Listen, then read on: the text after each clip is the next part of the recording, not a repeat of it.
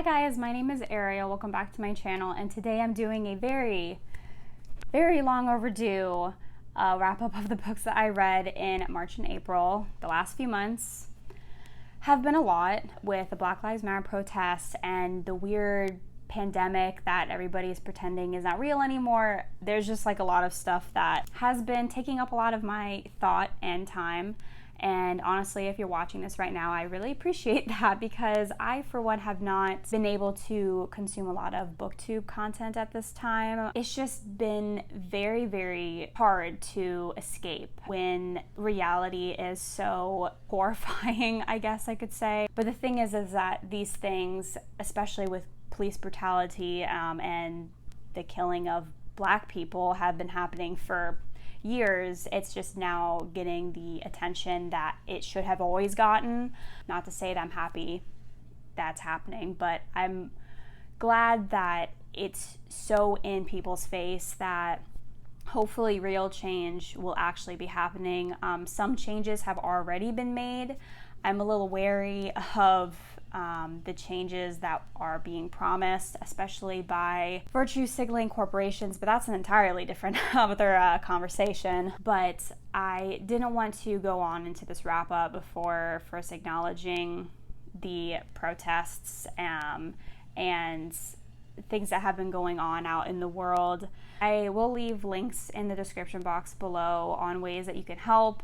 Links that you've probably already have seen before or scroll past so many times because they pop up on your timeline all the time. But I do encourage you to look at them still because things like this are so important that they cannot be ignored. So I just want to acknowledge that at the front, that Black Lives Matter and trans lives matter as well. It's really important to continue this ongoing education that all of us need to have on the systemic racism that is throughout our world, but especially in the United States, especially with the prison industrial complex, the school to prison pipeline. There are just so many things that right now it can feel very overwhelming, especially if you have never been aware of like what has been going on, and it's never too late to educate yourself. So I guess that's my little piece. Support Black Lives Matter, support trans lives. It's kind of hard to transition from that, but March was definitely a very weird month because I got back from spring break and then my school shut down. And so I had a lot of free time, but like that free time was spent being very anxious, which honestly is how I'm spending most of my free time now, is being anxious. The first book that I read in the month of March was Enchanted by Gail, Carson, Levine. And this was a reread for me. I, during spring break, bought like a bunch of middle school books or middle grade books as one of my friends is going to school to be a teacher and she'll need a library. And I was like, I'll buy like books for you. And I just bought a whole bunch. And that was the one that I bought purely on nostalgia and the fact that like I remembered I liked it when I was a kid, but I didn't know if I actually still did. So I bought it and I read it and I loved it. It was so good. If you've never read this book before, I highly encourage you to try because like it's just like, you know, this book was written in the 90s. The themes that it talks about, like women's empowerment, was great, perfect. And Ella is such a strong character. If you've never heard of Ella Enchanted before, it's basically a Cinderella retelling where Ella is given like a gift slash curse where she has to obey everything anybody tells her to. It's her kind of going on an adventure to figure out how to break the curse that was placed upon her. I really enjoyed it. It was so freaking good. I highly recommend it. I read this all in one go and it was just beautiful. Do not watch the movie though. The movie like completely ruins it. On to something completely different. I read Vicious by L.J. Shen. L.J. Shen is like one of those romance authors that is around romance booktube a lot, but I never heard of her before. I started like watching booktube videos, and so I was curious about like what all hubbub was about. Honestly, it was pretty okay. It's basically a bully romance, which like I can understand why people don't like, but like just let me have this, okay? I don't remember the synopsis of this book very well, but it basically follows like a family who was like the maid to this wealthy family, and like the girl and the wealthy dude like get together. Obviously, it's not a very memorable book. I think I gave it like 3 stars because it was very addictive. The writing was like very snappy and sexy, and I was like, okay, yeah. And I was going through the story like, yeah. But I honestly was pretty surprised that it's popular on BookTube in the first place because I don't think it's anything remarkable. Like, I've definitely read fan fiction better than this, which I don't know what that says about me, but I don't know if I'm like interested in reading the other books in the series because I guess it's a series and like later on there's like a weird like age gap romance, which is not my thing. But this was like perfectly fine. There was some cringy dialogue that made me laugh really hard. It was fine overall. And then the next book I read was Kissing Tolstoy by Reid, and I've been wanting to read Reid for a while, mostly because she's very hyped on BookTube, but I was very disappointed by this book.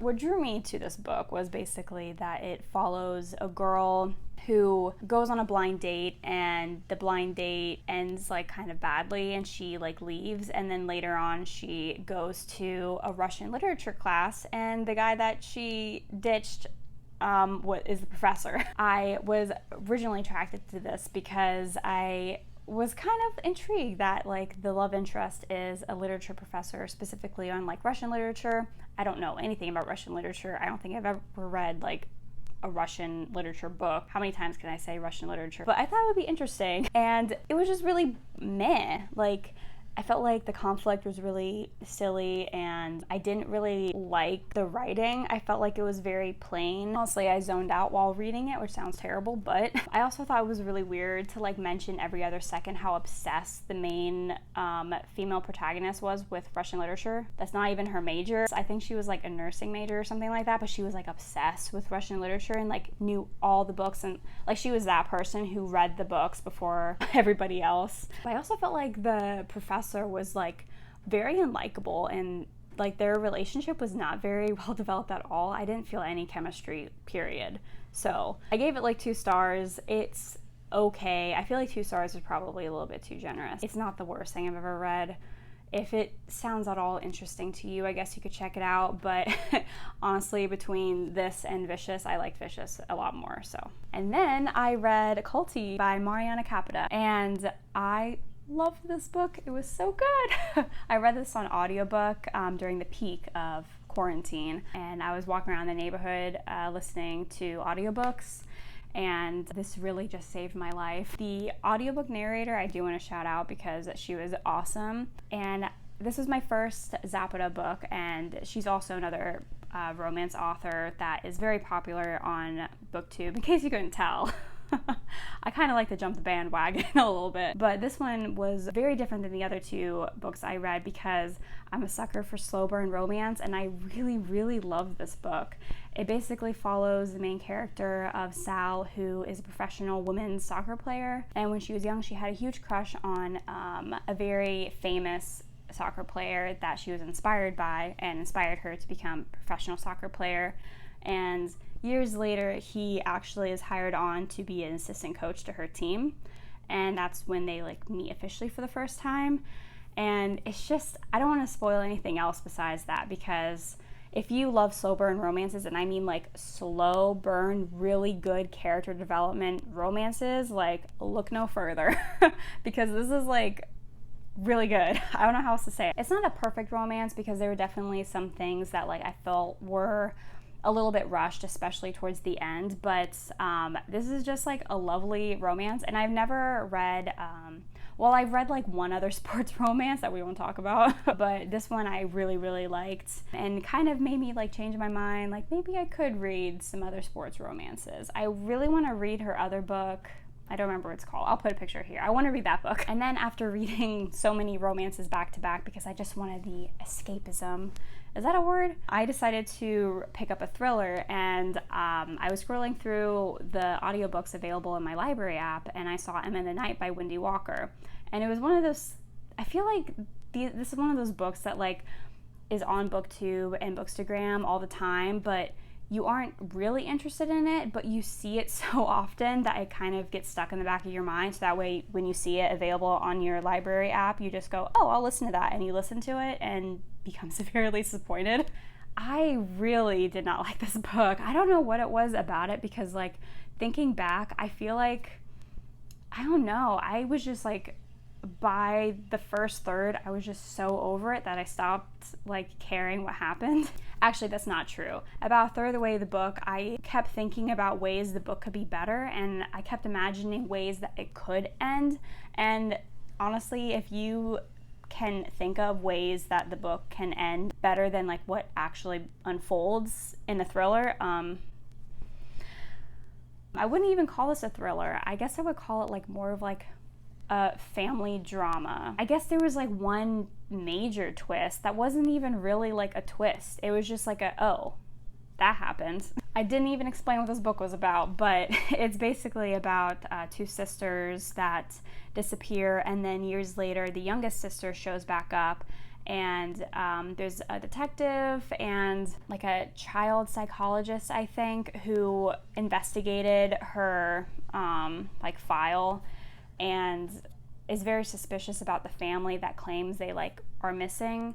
They try to figure out what happened to her because she's only giving bits of information like here and there, but you can tell that the youngest sister is holding things back about where her older sister is and what really happens. I gave this a very generous 2 stars as well. Honestly, in my mind, it's a 1 star, which I need to be a little bit better about like handing out, because I always feel bad when I give a book 1 star, because like that doesn't mean it's the worst book ever. It could have been so much better. It was there, like it could have gone there, and it didn't. So, and then in April, I read a poetry collection called The Salt Wind by Brandy, Nalani, McDougall, I believe. And she is a native Hawaiian poet. I have a couple of native Hawaiian authors that I really need to get to and like read more of and diversify my reading. But this poetry collection I decided to read first, A, because it was short, and B, because I really do enjoy poetry and I wish I read more of it. And I really enjoyed this. There are several poems that talk about colonialism, how it affects the Hawaiian Islands, the Hawaiian culture, how tourism affects the native people there, as well as McDougall's own family life.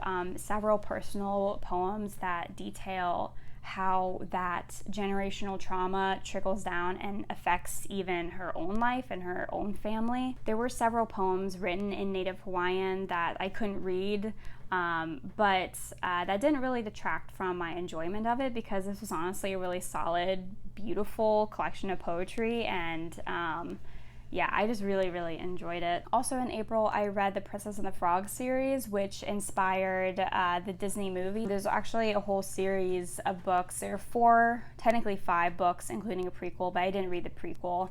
But I read the 4 books in the series and really enjoyed it, my experience overall.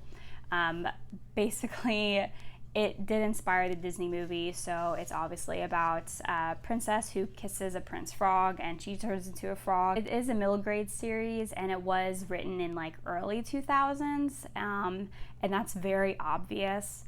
There were several very sexist things in there that I felt was completely unnecessary, that I obviously didn't realize when I was reading it when I was a kid, because this was a reread for me. Throughout the series, there would be this like running gag that the prince would like joke about kissing other people or having wandering eyes and like checking out other girls, and the main character never confronting him about it, which was like really gross and honestly made it really hard to actually root for them, because they're kind of a couple throughout the whole series. That was really the only major thing that really annoyed me. The 4th book was my absolute least favorite. I feel like if I don't know if Disney has the rights to these books, because if so, that really freaking sucks, but I feel like this book series would make a really cute like children's TV show, as long as you take out the misogynistic jokes. But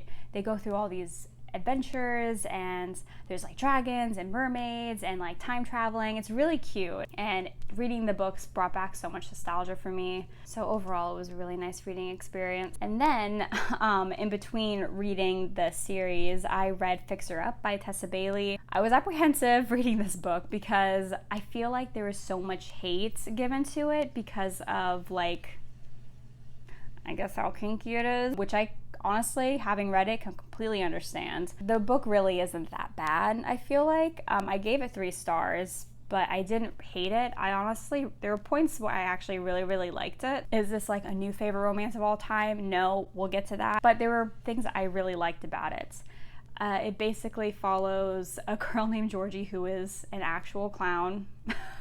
Like, she has a clown business. I feel like everybody makes that joke when they reviewed this book, and I am no different because the joke's funny. She is a clown and is not taken seriously by her family because her family like has a legit like construction company or a restoration company or something. Like, they fix old houses basically. And she's like the only one who's not in the family business, and so has to kind of like prove herself to them that she's capable. And then on the other side, you have a moody ex-baseball player who was forced into retirement after an injury and is basically really grumpy about it and kind of isn't really sure like why life is worth living if you can't do the thing that brings him the most joy. Georgie and Travis, I think his name is, knew each other when they were younger, and then he became like a rich and famous baseball player and moved out of town, and then he is moving back. He was friends with her brother, I think, so that's like how they knew each other, and she had like a huge crush on him growing up. Now that he's back in town, she kind of helps him overcome his insecurity, and he kind of helps her overcome feeling less than, I guess. I really liked that. Like, honestly, that was my favorite part of the book. There is a part where she connects with other women in her family and her friends to kind of like do a girl power where they kind of take control over what they want and pursue their own interests outside of what the men in their lives want, which was really awesome. I was not expecting that going in, and honestly, that's like what I liked most about it. Of course, like, Georgie and Travis's romance was cute and a little like hot under the collar, but there were several things that were very cringy, especially at the ending where I felt like it was like a Hallmark movie, but that wasn't anything like damning about it. Like I said, I gave it 3 stars. I really enjoyed it and kind of would recommend it. And then the last book that I read in the month of April is my new favorite romance, and that is The Hating Game by Sally Thorne. I know, I'm that basic bitch, but we already knew that.